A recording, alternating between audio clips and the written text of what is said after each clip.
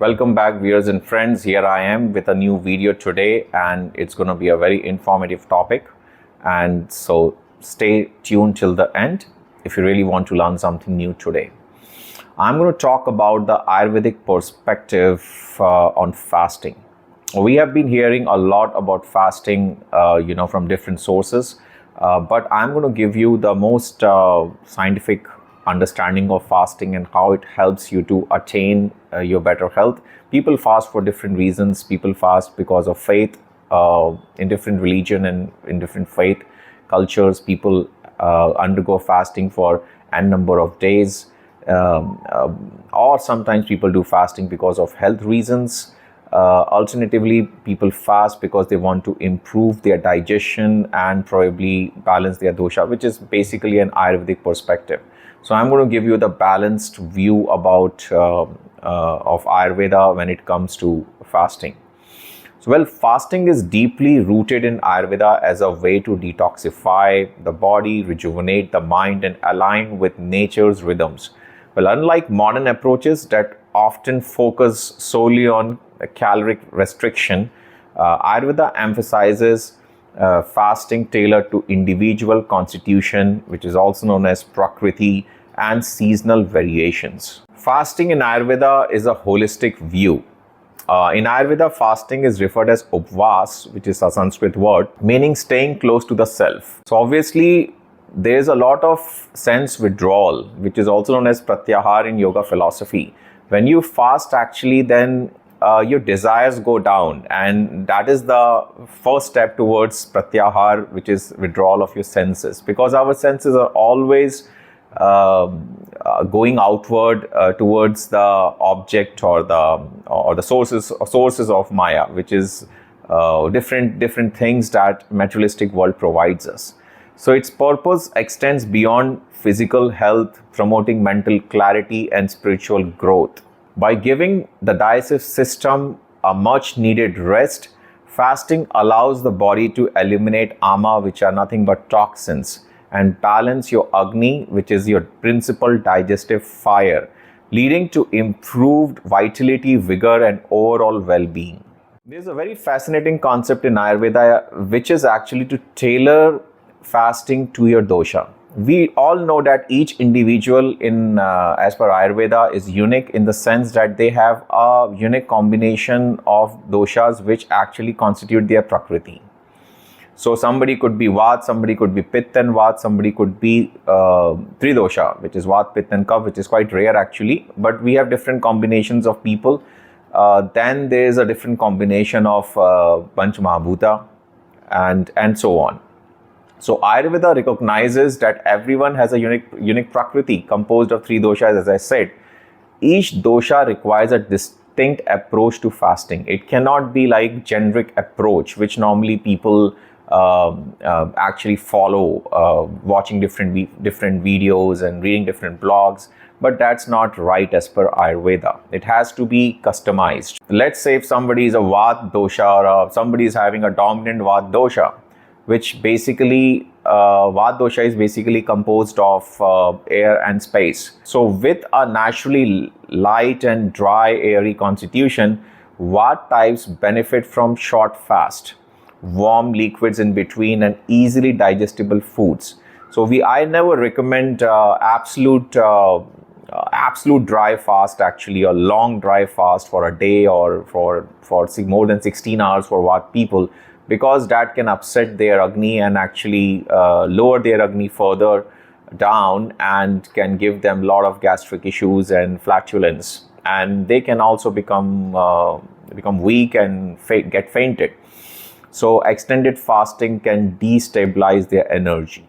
Now when it comes to Pitta is primarily composed of fire and water. So obviously fire and water has better tolerance when it comes to fasting as compared to Vata, which is primarily air and space. So Pitta type should also avoid prolonged fasting, but they can fast for like 12 hours, 14 hours, even 24 hours. But they should actually fast to reduce the pith. So there is a specific way of fasting to reduce the pith, what they should be consuming, on what they should be fasting. That's also quite important. They should be fasting on coconut water because it's a cooling liquid, cooling beverage, and small light meals are recommended. If they want, I don't recommend actually pith people to go for absolute fasting on water, because it's not good for them. It actually going to increase their acid reflux and cause severe acidity and heartburn. Well, when it comes to fasting for Kapha dominant people, which Kapha is primarily composed of earth and water, so Kapha types thrive on longer fast and can benefit from complete abstinence or mono diet kind of fasting, as it reduces their inherent heaviness and sluggishness. But again, it's not generic. Kapha people have more fat content in their body. As you know, they are little bulky, they are little stronger and sturdy. So obviously, if they fast, then they can also reduce weight, but also can balance their Kapha, because Kapha will be melted and then it will be eliminated. However, what they should be fasting on, that's also one thing that we have to consider. So if I would recommend Kapha people to fast on, then they should not be fasting on fruit juices. Rather, they are the ones who can actually do a dry fasting, which is just on the water or probably a lemon water. And if they are feeling a little weak, then they can put a little bit of organic jaggery in it and little salt, so that they have this electrolyte going in their cells and tissues, which doesn't make them feel weak throughout the day. So let's look into types of Ayurvedic fasting. Well, Ayurveda offers various fasting methods based on individual needs. So people can do liquid fasting, consuming only warm herbal teas, diluted juices, or light broths. But again, I would recommend herbal teas for the Kapha type, diluted juices probably for Vata types, and light broths for Pitta types, because they have a very strong hunger and appetite. So probably they should be at least having some soups or a light meal or khichdi, right? Then people also do monodiet fasting, which is eating a single easily digestible food like khichdi, or probably just a coconut water or just a watermelon juice throughout a day, or probably 2 or 3 days in a row. And one thing which is quite a fad these days and quite common, which is intermittent fasting. You must have heard people talking a lot about this intermittent fasting. So I am also going to put some light on this, who should be doing intermittent fasting. Based on my initial information a little while ago in this video, I already mentioned that Vata people should not fast for extended period of time. Now that's quite debatable how many hours people should be fasting intermittently, because as per some guidelines, it is like a window of 14 to 18 hours. I normally recommend Vata people not to do intermittent fasting. They should not do fasting more than 10 to 12 hours actually. If I have to recommend someone who could do intermittent fasting, it would be case specific, because it's not generic. I have to see the condition and the health of the individual. I have to check that person, how healthy that person is, how is the metabolism and digestion going on, the mental, physical, emotional states. That's quite important. But in general, it's a time restricted eating schedule, such as eating between 10 a.m. to 6 p.m., which is roughly a gap of 14 hours, and then which aligns with the natural digestive cycle. So Kapha people can do intermittent fasting of 14 to 16 hours. Normally, I do not recommend people to fast more than 16 hours. Pitta people can do intermittent fasting of 10 to 14 hours based on their individual states, and Kapha people can do between 12 to 16 hours. However, again, it is quite case specific. So you should not start doing intermittent fasting because you have watched a video, or probably you are fascinated by its benefits. You have to find out for yourself whether you are meant for it or not. Probably you should start approaching intermittent fasting in different gradual steps. First, you should, if you're eating 5 meals in a day, if you're Pitta type with a heavy appetite, then you should actually reduce from 5 to 3 meals in a day, from 3 to 2 meals, then try for once in 10 days, 1 meal fasting. And then probably if you can try also along with it, once you are reached the 1 meal, then obviously you're doing intermittent fasting by default. So this is a more natural way than to suddenly give a shock to your body, because your body is used to certain types of digestive cycles. So you should not bring disruption in your system. I will talk more about intermittent fasting in my separate video, but this is also one way of fasting, and it actually helps people to improve their metabolism, reduce their weight and overweight issues, obesity, and also helps in increasing the energy level. It can help you to boost your metabolism, whether you have to slow down if it's too high, or whether to kind of boost it if it's too slow. So that's quite critical here, and those are the benefits of intermittent fasting. Now, one more important aspect is timing of fasting. So Ayurveda stresses the importance of fasting during the day, aligning with the body's natural circadian rhythm and digestive strength. So digestive fire, Agni, peaks at midday. So it's best to consume food during the daytime and fast during the evening and night, because that's what is a natural way. Our digestive cycle works with the sunrise and the sunset. So it's a circadian rhythm. So as you get up in the morning, starting from 6 probably, and then in the 6 in the evening. But I know it's not possible in the modern times, in the present contemporary world. We are living in the times when actually people get up at 11 or 12.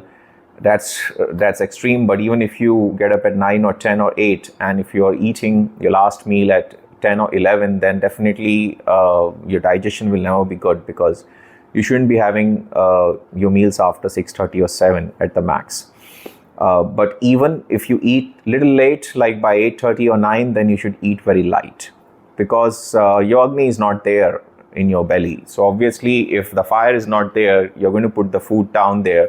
It's not going to be digested, and you would have indigestion, and everything starts from the stomach as this way. Let me talk about some benefits of Ayurvedic fasting. Well, when practiced mindfully, and always fast after consulting an Ayurvedic doctor or holistic health consultant, because as I said, it's case specific, but it has numerous benefits. If you do, you are going to have a lot of benefits. Well, it detoxifies your body by removing ama, which are metabolic waste and toxins, normally in your stomach, but it can go inside your channel over the period of time and block your channels, and thereby causing issues. Then it enhances your Agni, which is your digestive fire, and it improves your digestion. It improves energy levels and reduces stress. It also promotes mental clarity and emotional balance, because food and emotions are deeply connected. I teach this in my Ayurvedic dietetics and nutrition course. There's a fascinating chapter in it, series of videos where I teach about kitchen rituals, food rituals, how your state of mind when you're eating, what is your state of mind when you're cooking, and what is your state of mind when you are actually chewing your food, and digestion starts from your mouth when you're chewing it, as you know. So if you are emotionally imbalanced, then you will do emotional eating. Probably you will not digest your food properly, because your mood and your mood swings, your anger, anxiety level would impact the secretion of digestive juices and would impact the secretion of the Agni. So if you are mentally and emotionally disturbed, then obviously you would undergo a lot of digestive issues, right? And your digestion also controls your sleep, and your sleep controls your digestion. So it's a vicious loop. It could be a good loop, but you have to break the loop if it's vicious. And one way to do is to fast, because when you fast, you actually try to put some kind of mechanism in place where you can break this loop. This is not the only one, but this is a very important one. It improves metabolism, supports weight management, gives mental clarity, balance your emotions, actually controls your desires. Desire is the root cause of all the human anguish and misery. So it actually helps in balancing your desire. So let me also guide you a little bit about precautions and guidelines. While fasting can be transformative, but it has to be done in a proper way. Ayurveda emphasizes balance. Always stay hydrated with warm water and herbal teas if you are fasting. I don't recommend absolute dry fast or where people fast even without water. I really don't recommend that. You can fast with certain liquids like teas or coconut water or lemon water, probably eating just once in a day like khichdi. So that's my view. It could be different for other people and other Ayurvedic doctors or consultants, but my view is you should not do a very harsh fasting because it's not good for your body. Your body needs nutrients, food, water, everything. So avoid prolonged or extreme fasting, which can deplete your ojas, or which is nothing but your vital energy. And you need this energy to keep going. Then whenever you break your fast, make sure you break your fast with light, easy to digest foods like soups or fruits. Don't give very oily or spicy, I call it beckoning foods, which actually are quite inviting to your taste buds and your desires. So avoid those heavy foods. Eat khichdi, fruit, juices or soups. That's good for you. And always listen to your body's signals of hunger or fatigue during fasting to avoid overexertion. If at any stage you feel that fasting is not working for you, you trigger a headache or a body ache, a pain in your limbs, dizzy or anxiety or mood swings, then that fasting is not working for you, because your body is quite intelligent piece of invention of the creator. So it gives you signals. You got to hear those signals and act accordingly. Well, seasonal adjustments are equally important. Ayurveda advises adapting fasting practices as per seasons. I have recorded a separate video for Ayurveda seasonal transitions and what we should be doing to keep healthy when one season is transitioning into another. So please go and watch that video. It's quite informative. I have dropped the link in the description, and you can just click on that link and watch that video. When it comes to fasting, then seasonal adjustments are equally important. For let's say, for example, short fasts are preferred in Vata dominant seasons like fall and early winter, while Kapha dominant seasons, spring, are ideal for more intense detoxification, so you can fast little longer. So once again, I'm correlating these things, that Vata people should not fast for very long. So which are the Vata dominant seasons? Vata dominant seasons are fall and early winter. So you shouldn't be fasting very long duration during fall and early winter. And which is the Kapha dominant season? Kapha people can fast for longer duration, as I mentioned. So Kapha dominant season would be spring, right, and the winter season. So at that time you can fast because it's not so hot, and at the same time you can burn your excess fat from your body and get into shape. That's not the whole and sole reason fasting should be done. I'm not encouraging you to fast for losing weight.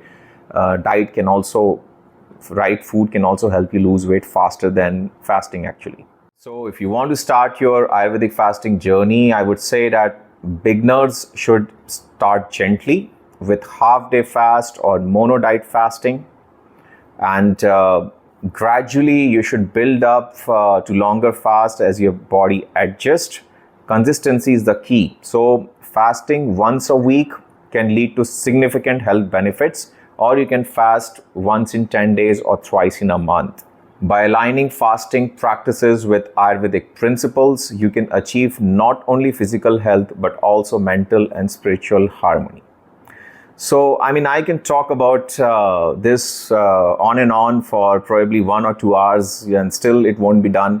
But I have to respect the fact that people don't have so much of attention span, these days. They can't focus too long on 2 videos. I don't want to take a lot of time of yours. Hope you liked the video, and if you did, then do not forget to like, share and subscribe my channel, and also share the video and pass this information and wisdom to others in your network, with your family, friends and loved ones, so that they can also take benefit of these videos and the information which I am presenting in these videos. So once again, I want to remind you that we are offering 20 to 40% discounts on our online Ayurveda courses. These are life transforming courses which I've designed after years of teaching experience and all the research which I've done as an Ayurveda trainer and holistic health consultant. I have given everything in these courses. You will learn right from the Ayurvedic fundamentals and basics to Ayurvedic advanced concepts, Ayurvedic therapies, treatments, dietetics, nutrition, herbalism, and also how to use Ayurvedic principles to maintain the health, happiness and harmony for yourself. And if you want to shape up your career as an Ayurvedic nutritionist or an Ayurvedic health consultant, then we do have specific courses, customized courses for everyone actually. So these are self-paced courses, and now we are offering 20 to 40%. This is limited time offer. It's not going to be there forever. So do not miss it. If you have been thinking about learning Ayurveda for your personal healing or transformation, or to shape up your career in Ayurveda or become an Ayurveda professional, then this is the right time and this is the right opportunity for you. I will drop the link in the description of this video where you can just click on the web page and go and read everything in your free time. If you have any questions, doubts or queries, feel free to drop a text on my WhatsApp, and you can also write me an email, and I would be more than happy to assist you by providing all the relevant information regarding courses. So I'll see you in the next video. Till then, take a very good care of yourself. Namaste.